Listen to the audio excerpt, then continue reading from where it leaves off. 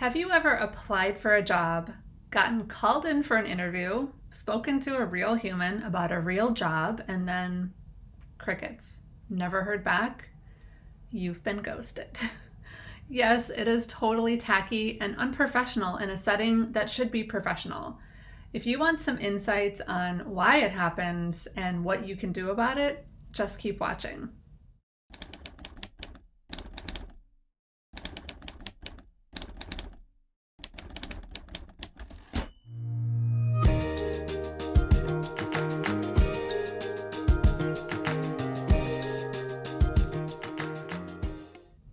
Hi, I'm Coach Carrie, HR strategist and career coach.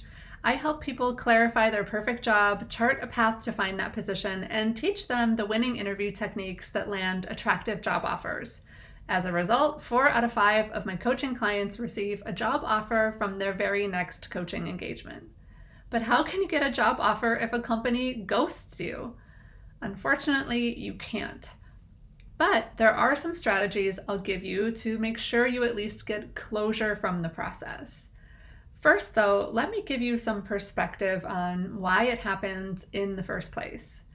Number one, and by the way, this is not an excuse for any unprofessional behavior, but it's true.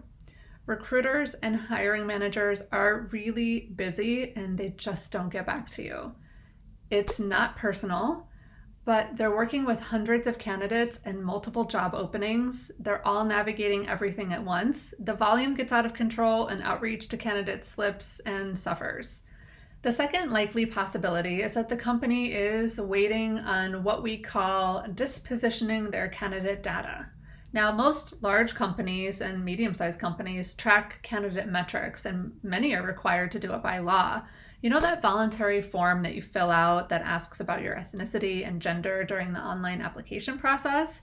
Well, that's how they track what type of people are applying to the job, and it's known as the candidate pool.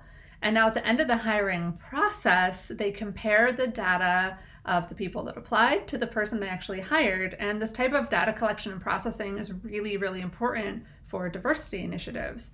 But because most companies need to wait to select the hired candidate to disposition all the rest, sometimes candidates will receive an email months after an interview process was finally closed saying they didn't get the job, which was not that helpful. Again, it's best practice that recruiters should be dispositioning candidates along the way and letting people know the status, but this happens for this reason. So there's a third case. If you haven't heard back, it's because you're still in contention, but you weren't the top candidate. Sometimes what happens is they loved 1 or 2 people and they were just more precise of a fit than your candidacy was, but they thought you were still great and probably could do the job. What they're trying to do is play out the process as quickly as possible with the other few candidates and not let you go, because what if the other candidates withdraw their candidacy or they don't accept an offer? They're going to come back to you. So you still could be in the running. You're not officially out until they say you are. Now that you know some of the likely reasons that you've seemingly been ghosted, here's how to get in front of the situation. Step 1. After your interview, send a thank you note to the recruiter you spoke with. If you've also had an interview with the hiring manager, you want to send them the note and copy the recruiter. This is establishing a chain of communication with the recruiter. So even though the decision of who gets the offer rests with the hiring manager, the recruiter is the person who owns the process and communicates with the candidates. So it's most important to establish the chain of communication with the recruiter. All right, so after you've stated how enthusiastic you are about the position and you've expressed gratitude to have been invited into the interview process, you'll want to sign off by saying something like this. I'm eager to proceed with the process and can appreciate that the hiring team will be very busy in identifying a winning candidate. Therefore, I'll plan to check in within a week if I haven't heard back from you on the next steps with my candidacy. Then you want to close with best regards or respectively, or whichever sign-off feels most authentic to you. What you're doing is planting the seed that you'll be reaching out again, so they're going to expect it and not see it as a nuisance. If they get back to you with next steps or notify you that it's the end of the road, both are actually good outcomes. You just don't want to be wondering what happened, and you want to be able to move forward with other processes if something else comes up. So let's say a week goes by and you didn't hear back. You'll reply back using the same email thread and say something like this. Hi, recruiter's name. As promised, I'm checking in after a week on the status of my candidacy for the open position title. I remain enthusiastic about the position, especially given my interest in XYZ. Here, you want to say something about the position or company that excites you. Then, kindly provide a status on my candidacy when you have a brief moment.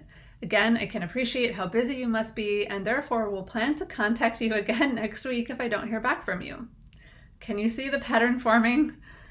The next question most of my clients ask me is, well, Coach Carrie, how many versions of that email do I write? My recommendation is 4.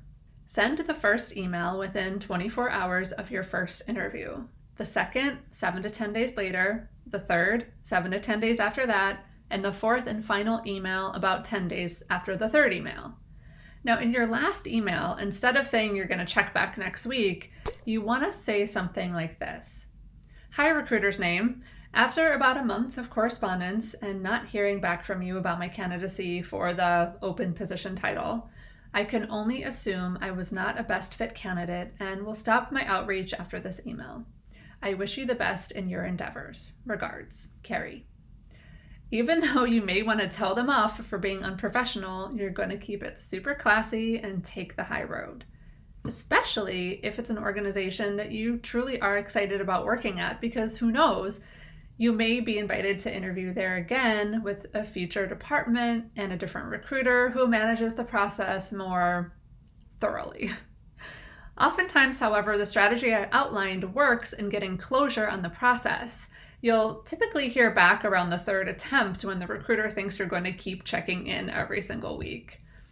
Now, I wish it wasn't the case that companies ghosted candidates. It's not a best practice. It's really tacky. But my best advice to you is don't take it personal and find another company that sees how valuable you really are. For more tips and resources, make sure you check out my other videos. Bye for now.